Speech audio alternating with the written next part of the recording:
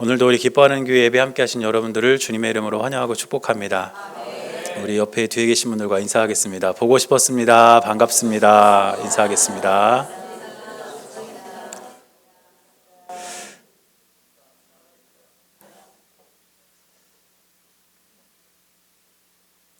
네, 이제 연말이 다가오고 있는데 아까 이렇게 찬양하면서 성탄 찬양을 부르니까 이제 좀 크리스마스가 다가왔구나 하는 생각이 들어요. 요즘에 점점 시간이 지날수록 성탄절 분위기가 별로 안 나는 것 같아요. 그렇죠? 예. 근데 성탄 찬양 부르니까 성탄절이 다가왔구나 이런 생각이 듭니다. 또 우리 교회에서는 교회적으로는 대강절 특별 새벽 기도회 지금 진행하고 있는데 많은 분들이 함께하고 계십니다. 특별히 이제 멀리서 오셔서 제가 좀 걱정도 좀 돼요. 왜냐하면 새벽이니까 차들도 빨리 달리고 막 그래서 그렇다고 목사가 오지 말라고 할 수도 없잖아요. 실제로 제 어떤 분한테는 오지 말라고도 했어요. 집에서 기도하시라고. 그랬더니 목사는 오지 말라고 하고 성도는 그래도 오고, 희한한 모습이 지금 벌어지고 있는데, 아무튼 대강절 특별 새벽 기도회 또 성탄절을 준비하면서 우리가 찬양하고 이런 시간들이 이제 연말을 향해 가면서 또 예수님을 기다리는 그러한 우리 교회의 아름다운 모습이 있는 것 같아서 감사하게 생각합니다. 대강절 특별 새벽 기도의 주제가 뭔지 아세요? 어떻게 하셨어요? 써 있어요. 예수님을 만난 사람들인데, 제가 예수님을 만난 사람들 주제를 정하고 이 사람들 10명을 선택을 했습니다. 그런데 선택할 때 하나의 기준이 있었어요. 뭐냐면 성경에는 예수님을 만난 사람들이 굉장히 많이 나옵니다. 그런데 그 사람들 중에 이름이 있는 사람들을 선택했어요. 왜냐하면 여러분들이 조금 더 생각하기 쉽게 하려고, 기억하기 쉽게 하려고 10명을 이제 이름 있는 사람들을 선택하다 보니까 이름이 없는 사람들 중에 꼭 한번 말씀으로 나눠봤으면 하는 사람이 있는데 이름이 없으니까 나눌 수가 없는 그런 사람이 있었습니다. 그 사람이 오늘 우리가 읽은 이 본문에 등장하는 이 여인이에요. 네, 사마리아 여인. 그렇다고 제가 그런 생각도 했어요. 이름을 순이라고 지어주고 그냥 할까? 근데 그럴 수도 없잖아요. 엄밀히 본인 이름이 있을 텐데. 그래서 이 여인은 이제 대강절 그 특별 새벽 기도의 본문에서는 빠져 있지만 오늘 말씀을 통해서 이 여인이 만난 예수님은 어떤 예수님이었고 또 이 여인이 예수님을 만나서 어떻게 변화됐는지 우리가 함께 살펴보려고 합니다. 그런데 오늘 우리가 읽은 본문에 등장하는 이 사마리아 여인, 우리가 보통은 우물가의 여인 이렇게 부르기도 하고, 또 이 여인이 살고 있던 지역이 수가라는 지역이라서 수가성 사마리아 여인 이렇게도 부르기도 합니다. 그런데 이 여인은 두 가지 면에서 굉장히 억눌린 삶을 살아가던 여인이었습니다. 첫째는 출신 때문에 이 여인은 억눌린 삶을 살았습니다. 사마리아 여인으로 되어 있는데 이 사마리아인들은 유대인들로부터 굉장히 큰 조롱과 또 여러 가지 어려움을 당하는 그러한 민족이었습니다. 왜냐하면 이제 구약 시대에 아수르가 북이스라엘을 멸망시켰을 때에 그들의 포로 정책이 뭐냐면 자기들이 다른 나라를 멸망시켰을 때 그 나라 사람들을 이스라엘로 데려오기도 하고, 이스라엘을 멸망시키고 이스라엘 사람들을 자신들이 멸망시킨 다른 나라에게 보내기도 했어요. 그러니까 이 민족들을 서로 섞어 놓은 것이죠.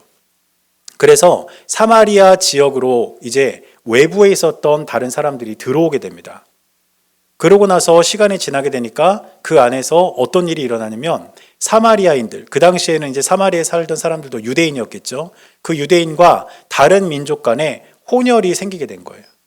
그래서 생겨난 그 사람들을 이제 신약 시대에 와서는 사마리아인 이렇게 표현을 하고 있는데, 이 사마리아인은 혈통적으로 이제 혼혈이기 때문에 정통 유대인들에게 있어서 큰 조롱을 받았고 또 핍박을 받고 또 여러 가지로 어려움을 당하는 그런 상황이 있었습니다. 그래서 이 여인은 본인의 출신이 사마리아인이기 때문에 유대인들로부터 어려움을 당하는 그런 사람이었고, 또 이 여인은 여자라는 어떤 성별적인 차별도 받은 사람이 바로 이 여인이었습니다. 물론 성경에는 여자에 대해서 굉장히 파격적입니다. 이 파격적이라는 의미는 어떤 의미냐면 여자라고 해서 제한을 두지 않는다는 거예요. 예를 들면 구약 시대에 보면 이스라엘을 구원한 사사들 중에 여자가 있습니다. 또 예수님의 족보에 보면 여자의 이름이 기록이 되어 있어요.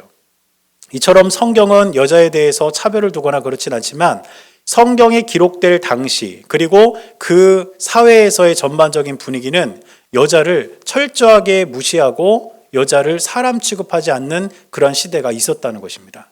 그래서 그런 흔적들이 성경의 기록에도 이렇게 조금씩 나오는데 가장 대표적인 곳이 어디냐면 요한복음 6장을 보면 여러분들이 잘 알고 계시는 오병이어 사건이 나옵니다. 그런데 거기를 보면 여러분들이 아시는 것처럼 오병이어를 통해서 식사를 한 인원이 몇 명으로 되어 있나요? 5천 명입니다. 그런데 우리가 가진 개역개정 성경에는 그냥 사람이 5천 명 먹었다 뭐 이런 식으로 되어 있지만 엄밀히 말하면 성경 원어에는 남자가 5천 명이라고 나와요. 그러니까 오병이어의 기적은 우리가 생각했던 것보다 훨씬 더 큰 기적입니다. 왜냐하면 남자만 5천 명이 먹었으니까 그 남자와 같이 온 누가 있었을까요? 아내도 있었을 거 아니에요. 또 여자 혼자 온 사람도 있었을 거 아니에요. 그리고 아이들도 있었을 거 아니에요. 그러니까 최소 5천 명이 먹은 거죠. 이처럼 성경에서는 이 여자에 대해서 굉장히 부정적인 그런 시각을 가지고 그 시대에서는 그런 상황을 가지고 있었다는 것입니다. 그래서 이 우물가의 여인은 자신이 출신이 사마리아인이라는 것, 그리고 자신이 여자라는 것, 이것 때문에 당당하고 떳떳하게 살기보다는 여러 가지로 억눌린 삶을 살던 사람이 바로 이 사마리아 여인이었습니다. 그런데 이 여인이 이제 예수님과 대화를 하고 예수님을 만난 뒤에 이 여인의 삶이 완전히 뒤바뀌게 됩니다. 오늘 우리가 읽은 말씀은 9절까지밖에 읽지 않았지만 계속되는 말씀을 보면 예수님과 이 여인이 대화를 하면서 나중에 예수님을 이 여인이 그리스도로 고백하고 사람들에게 예수님을 알리게 됩니다. 그러니까 이 여인은 예수님과의 대화 속에서 예수님이 그리스도인 것, 메시아인 것을 안 후에 이 여인의 삶이 급진적으로 뒤바뀌었다는 것을 우리가 알 수 있게 된다는 것입니다.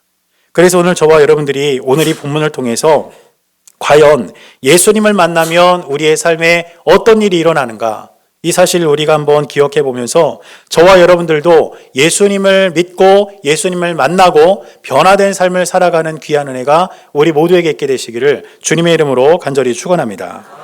가장 먼저 예수님을 만나면 어떤 변화가 일어나냐면 우리는 영원한 생명을 얻게 됩니다.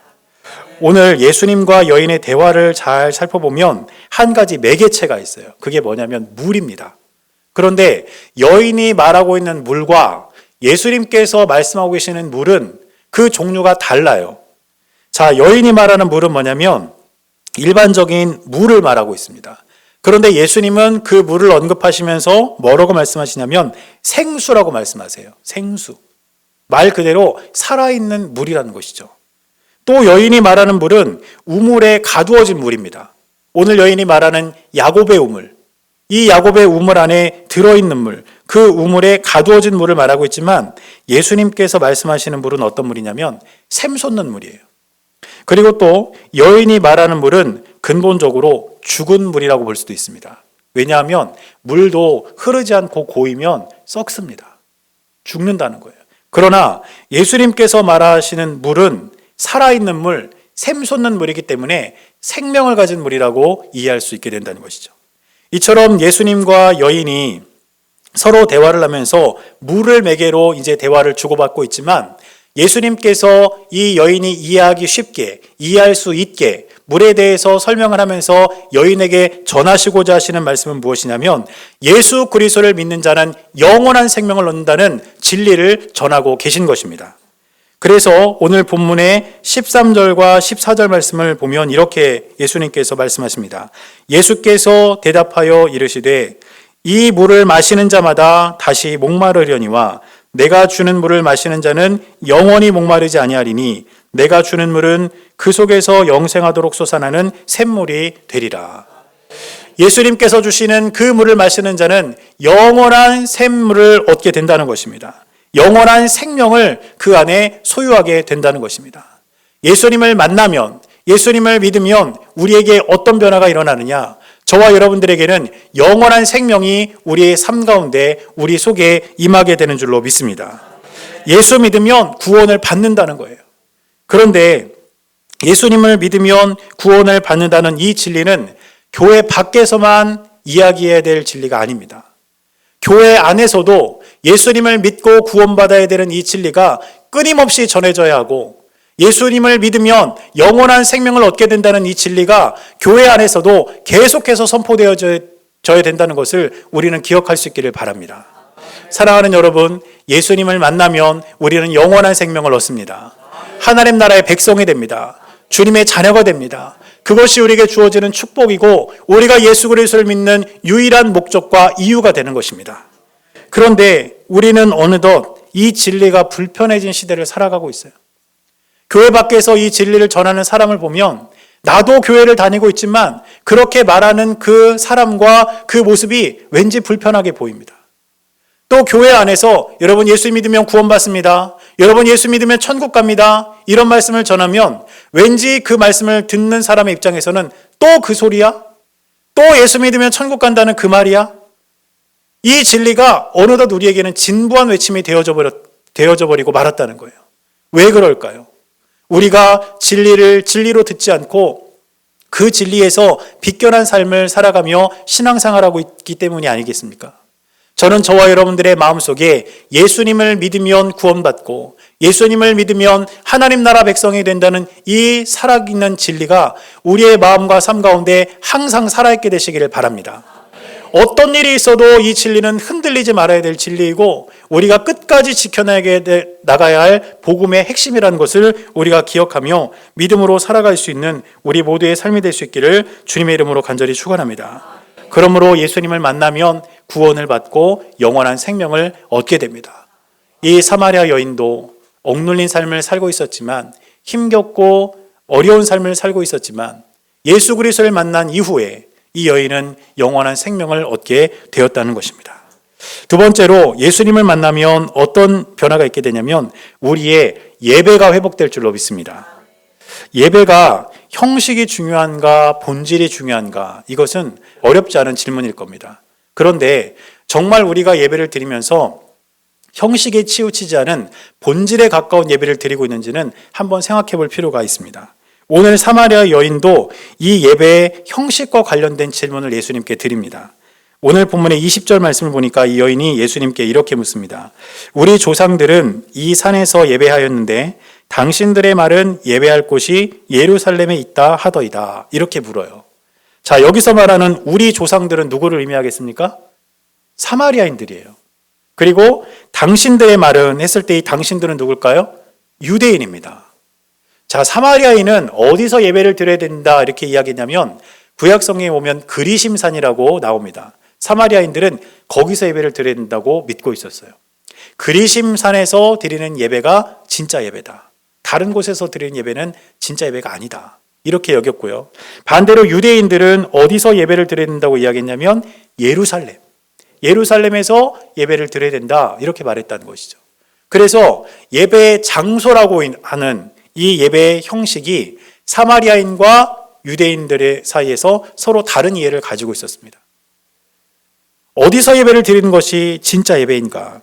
그리심산에서 드려야 되는가? 아니면 예루살렘에서 드려야 되는가? 이게 이 여인에게는 굉장히 헷갈리는 일이었어요. 본인이 정말 예배를 드리고 싶은데 우리 조상들의 말에 따라서 그리심산에서 예배를 드려야 되는가? 아니면 내가 살아가고 있는 이 지역에서 유대인들이 다 예루살렘으로 가서 예배를 드리니까 나도 그럼 예루살렘으로 가야 되나? 지금 헷갈리는 거예요. 그러니까 예수님께 묻습니다. 어디서 예배를 드려야 됩니까? 지극히 예배의 형식과 관련된 질문을 예수님께 드렸습니다. 그런데 그때 예수님께서는 예배의 장소가 아니라 예배의 형식이 아니라 예배의 본질에 대한 말씀을 이 여인에게 대답해 주고 계십니다.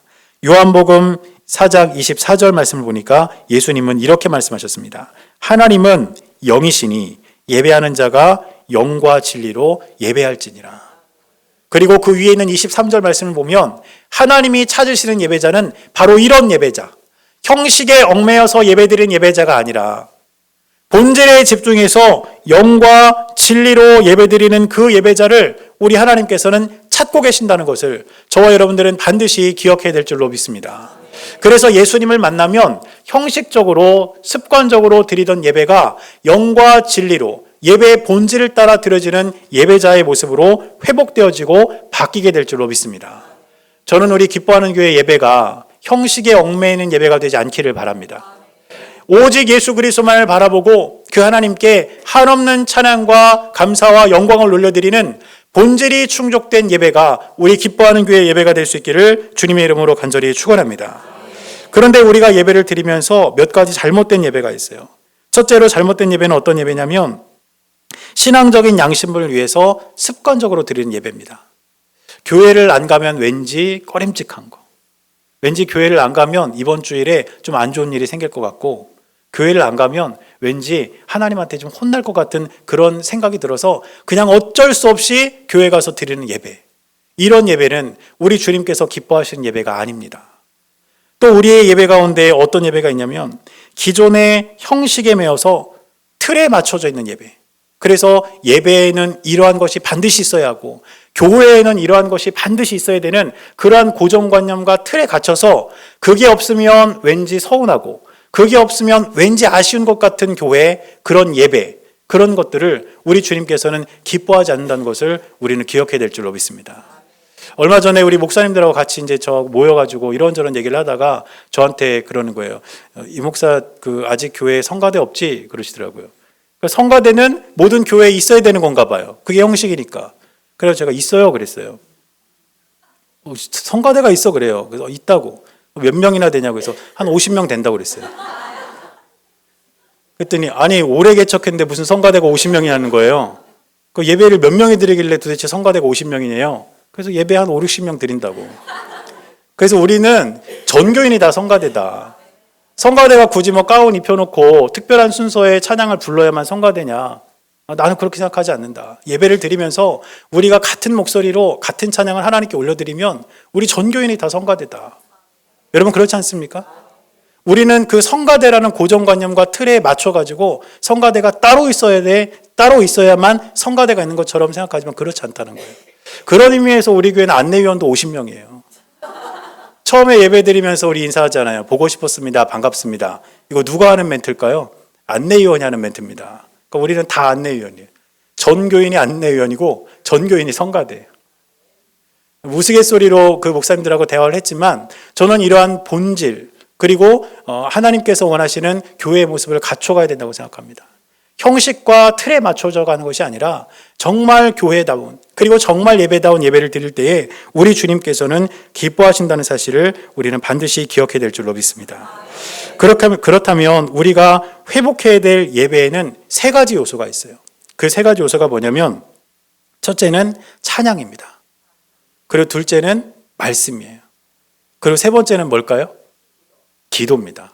제가 언젠가 한번 우리 학생들하고 예배하면서 우리가 예배의 3요소를 기억해야 된다 했더니 제가 찬양, 말씀, 세 번째는 뭘까? 그랬더니 광고요 그러더라고요. 광고 아닙니다. 네. 찬양과 말씀과 기도예요. 그래서 저는 그런 꿈이 있어요. 가능하면 우리 예배가 찬양과 말씀과 기도가 시간으로도 좀 동일했으면 좋겠다.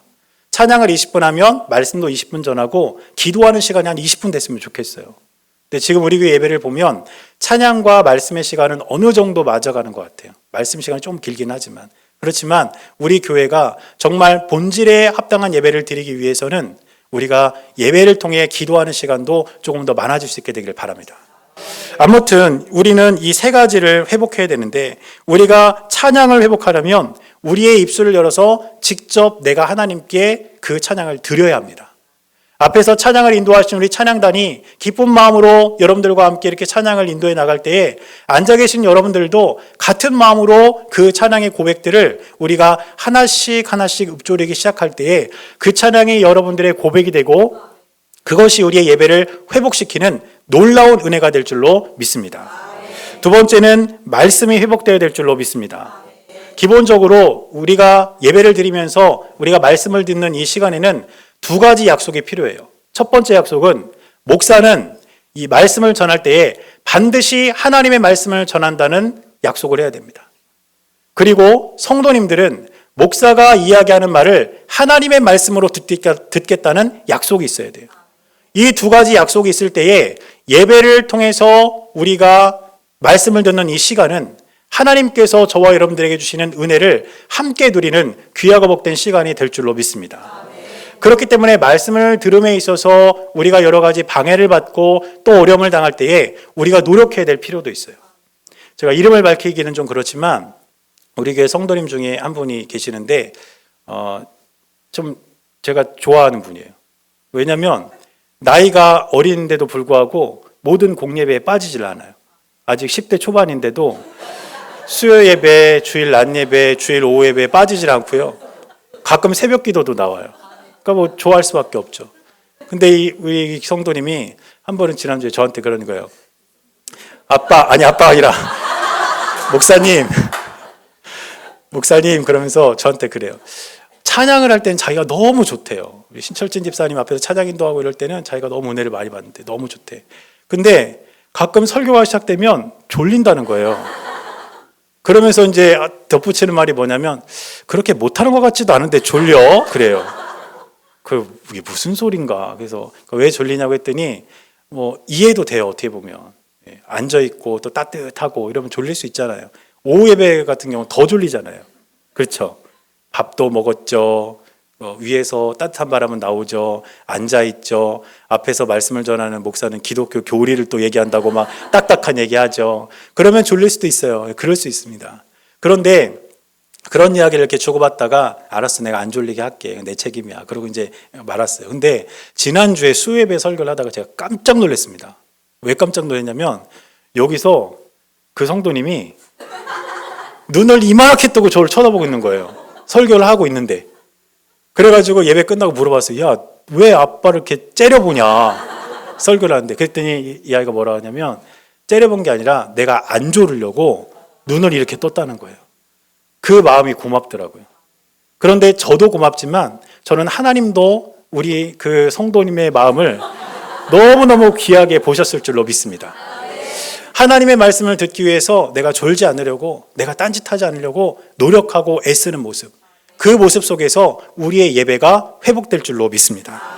그리고 세 번째는 기도가 회복돼야 되는데 우리는 기도를 드릴 때에 형식적으로 드리는 것이 아니라 믿음을 가지고 하나님께서 이루실 것에 대한 확신을 가지고 기도할 때에 우리의 기도가 회복되고 우리의 예배가 회복될 줄로 믿습니다. 사마리아 여인은 예수님을 만나기 전에는 어디서 예배를 드려야 될 것인가, 형식에 얽매인 채 어떤 예배를 드려야 될 것인가를 찾아 헤맸지만 예수님을 만난 뒤에는 영과 진리로 형식이 아니라 본질에 합당한 예배를 드리는 예배자로 거듭났습니다. 저와 여러분들 역시 예수님을 만나고 예수님과 함께 우리가 형식에 얽매인 예배가 아니라 우리의 본질을 회복하는 예배, 자유롭고 기쁘고 하나님께 영광을 온전히 올려드리는 그러한 예배가 저와 여러분들의 삶 가운데 있게 되시기를 주님의 이름으로 간절히 축원합니다. 마지막으로 예수님을 만나면 어떤 변화가 일어나냐면 복음의 통로가 될 줄로 믿습니다. 오늘 이 사마리아 여인은 예수님을 만나기 전에는 억눌린 삶을 살았고 참된 예배에 대해서도 몰랐지만 예수님을 만난 이후에 예수님을 전하는 사람이 됐습니다. 그래서 오늘 본문의 29절 말씀 보니까 이렇게 말합니다. 내가 행한 모든 일을 내게 말한 사람을 와서 보라. 이는 그리스도가 아니냐 하니. 내가 행한 모든 일을 그 사람이 말하더라. 이 사람을 와서 봐라. 이 사람은 그리스도다. 이 사람은 메시아다. 이 사람은 우리를 구원할 뿐이다. 지금 사람들에게 전한 것입니다. 그리고 이 여인은 예수님을 전할 뿐 아니라 그 예수님을 전함을 통해서 복음의 통로가 되었습니다. 이 여인을 통해서 다른 사람들에게 예수님을 보이는 복음의 통로가 되었다는 것입니다. 39절 말씀 보니까 이렇게 말합니다. 여자의 말이 내가 행한 모든 것을 그가 내게 말하였다 증언하므로 그 동네 중에 많은 사마리아인이 예수를 믿는지라. 이 여인을 통해서 예수 그리스도를 믿게 되었다는 거예요.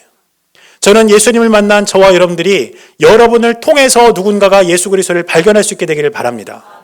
우리는 하나님의 은혜 가운데 예수님을 진정한 마음으로 만나고 축복의 통로, 복음의 통로가 되는 삶을 살아가야 될 줄로 믿습니다. 예수 믿는 나 때문에 교회를 거부하거나 오히려 교회를 가고 싶지 않은 생각을 갖게 하는 것이 아니라 예수 믿는 나 때문에, 내가 만난 예수님 때문에 나를 통해 다른 사람들이 예수님을 알게 되고 교회를 나오게 되고 그 사람이 구원받는 그러한 복음의 통로가 되는 저와 여러분들의 삶이 될 수 있기를 간절히 바랍니다. 그러면 저와 여러분들은 언제 복음의 통로가 되어야 될까요? 바로 지금입니다. 제가 이제 여러 가지 뭐 이렇게 교육도 받고 할 때 전도 폭발 훈련이라는 걸 받았어요. 여러분 혹시 그 교육 받으신 분 계세요? 전도 폭발 훈련이라는 걸 교육을 받았는데 제가 안산에서 사역할 때 분당에 가서 받았습니다. 일주일 동안 그 교육을 받는데요.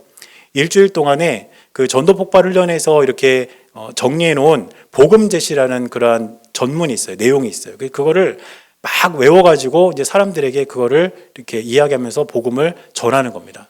근데 내용이 굉장히 많아요. 그걸 이렇게 쭉 이렇게 이야기하면 몇십 분이 이렇게 지나갈 정도로 많습니다. 근데 그거를 일주일 안에 이제 외우려니까 머리가 얼마나 아프겠어요. 근데 어쨌든 그게 교육이니까 그 일주일 안에 복음 제시 전문을 이제 다 외워가지고 수료를 하고 집으로 돌아오는데 그날 이제 버스를 타고 갔거든요. 근데 다시 이제 버스를 타고 이제 집으로 돌아오면서 이제 자리에 앉았습니다.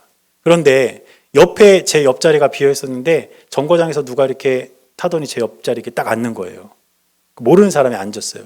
그 순간 제 마음에 어떤 생각이 드냐면 그래 내가 한번 전도를 해야 되겠다 이 사람한테. 그러면 그동안 뭐 제가 그냥 자유롭게 전도하는 방법도 있지만 일단은 이제 제가 배운 게 있으니까 이걸로 한번 전도를 해봐야 되겠다. 그 전도 폭발 복음 제시 전문으로 이제 해봐야 되겠다 해가지고 제가 눈을 딱 감았습니다. 뭐 했냐면 첫째는 그 전문을 다시 한번 생각해 봤어요. 첫째는 이제 두 가지 진단 질문 해서 이제 시작하고 뭐 천국, 인간, 하나님, 그리스도, 믿음, 결심 뭐 이렇게 쭉 이 내용이 있어요. 그래서 내가 실수하면 안 되니까 하나씩부터 쫙 이렇게 머릿속으로 다시 한번 생각을 막 해보는 거예요. 그런 다음에 하나님한테 기도했습니다. 하나님께서 제가 교육받게 하시고 돌아가는 길에 이 사람을 만나게 하셨는데 하나님의 계획이 있는 줄로 믿습니다. 이 사람에게 내가 오늘 복음을 전할 텐데 하나님께서 반드시 이 사람에게 복음이 전해지고 구원받게 해주십시오 하고 막 기도를 했어요. 그런 다음에 이제 전하려고 눈을 딱 떴는데 보니까 없어요. 내린 거예요. 그 순간에 이제 제 마음에 그 당시에 들었던 생각이 뭐냐면 기다리면 늦는구나.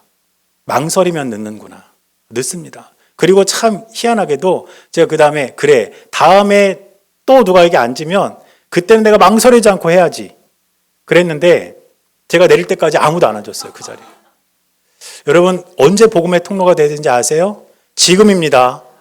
여러분들이 살아가는 삶의 자리에서 내가 뭔가 좀 준비가 되고 내가 뭔가 좀 채워진 다음에 내가 복음의 통로가 되어야지 내가 예수님을 전해야지 아니요.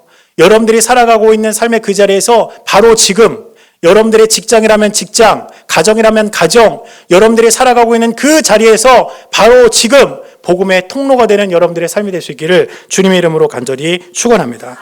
제가 말씀을 전하기 위해서 말씀을 쭉 묵상하는 가운데 이번에 이 말씀 속에서 가장 큰 은혜를 받은 구절이 있습니다. 어디냐면 마지막 절인 42절 말씀이에요. 이 여인과의 내용을 기록한 이 단락에서 가장 끝절이 42절인데 이 42절이 이번에 말씀을 전하면서 저에게 사무치게 다가왔습니다. 42절 말씀 보니까 이렇게 기록하고 있습니다. 그 여자에게 말하되 이제 우리가 믿는 것은 내 말로 인함이 아니니 이는 우리가 친히 듣고 그가 참으로 세상의 구주신 줄 알미라 하였더라. 이게 무슨 말일까요? 그 당시 사마리아 지역에 있던 그 수가 지역에 있던 사람들이 이 사마리아 여인을 통해서 예수님을 이제 알게 되고 믿게 되었다는 거예요. 그런데 그 사람들이 이 여인에게 하는 말은 무엇이냐면 이제 우리가 믿는 것은 너로 인함이 아니다. 네가 우리에게 예수 그리스도를 소개시켜줬고 네가 그 통로가 되었지만 우리가 예수 그리스도를 직접 만나고 그가 세상의 구주신지를 우리가 알았다. 이렇게 이야기를 했다는 것입니다. 이 말의 뜻은 무엇일까요? 이 여인은 예수 그리스도를 전하는 복음의 통로가 되는 역할만 하고 조용히 사라져버렸다는 거예요. 예수님을 만난 사람은 우리가 예수 그리스도를 드러내는 것에 가장 큰 초점을 가지고 가장 큰 목적을 갖되 우리의 모습은 드러나지 않는 것이 바로 저와 여러분들이 살아가야 할 삶의 모습임을 기억하시기를 바랍니다. 교회 안에서도 내가 드러나기보다 내가 만난 예수님이 드러나는 그 일들이 우리 가운데 많아지게 되기를 바랍니다. 그런데 인간적인 우리의 마음은 내가 드러나기를 바라요. 내가 먼저 좀 보여줘야 나에게도 어떤 자신감도 생기고 그런 마음도 생기지 않을까요? 그래서 내가 드러나기를 바라는 것이 인간적인 우리의 마음입니다. 그리고 이 마음에 가장 취약한 사람이 누굴까요? 목사입니다. 목사가 말씀을 전한 뒤에 성도들로부터 목사님 은혜 많이 받았습니다. 이런 말을 들으면 기분이 좋을까요? 안 좋을까요? 당연히 좋죠. 그런데 그 말 자체는 목사가 드러나는 것 아닙니까? 사랑하는 여러분, 저는 저와 여러분들의 삶 가운데 우리가 예수 그리스도를 만나고 우리의 모든 것이 회복되어서 우리의 삶이 완전히 변화되었다면 우리는 그런 우리의 삶으로 예수님을 전하고 예수님을 드러내고 예수님을 이 땅 가운데 보여주는 것으로 만족하고 우리는 철저하게 사라지는 삶을 살아가는 저와 여러분들의 삶이 될 수 있기를 바랍니다. 그래서 사도 바울의 고백과 같이 나는 죽고 예수 그리스도만 사는 사람, 그래서 오직 주님만을 바라보고 주님께만 영광 돌리는 인생을 살아가는 저와 여러분들의 삶이 될 수 있기를 주님의 이름으로 간절히 축원합니다. 기도하겠습니다. 사랑하는 주님, 예수님을 만난 사마리아 여인이 그 삶에 큰 변화를 겪고 주님의 놀라운 은혜를 경험한 것을 우리가 기억합니다. 우리 또한 이 땅을 살아가며 여러 가지 이유로 인해서 얽매여 있고 힘든 삶을 살아가고 있지만 예수 그리스도를 만나 믿음으로 승리하는 삶을 살아가게 하여 주시고 변화된 삶으로 주님께 영광을 돌릴 수 있도록 은혜를 내려 주시옵소서. 우리 주님께서 함께하여 주실 것을 믿으며 살아계신 예수님의 이름으로 기도드렸습니다. 아멘.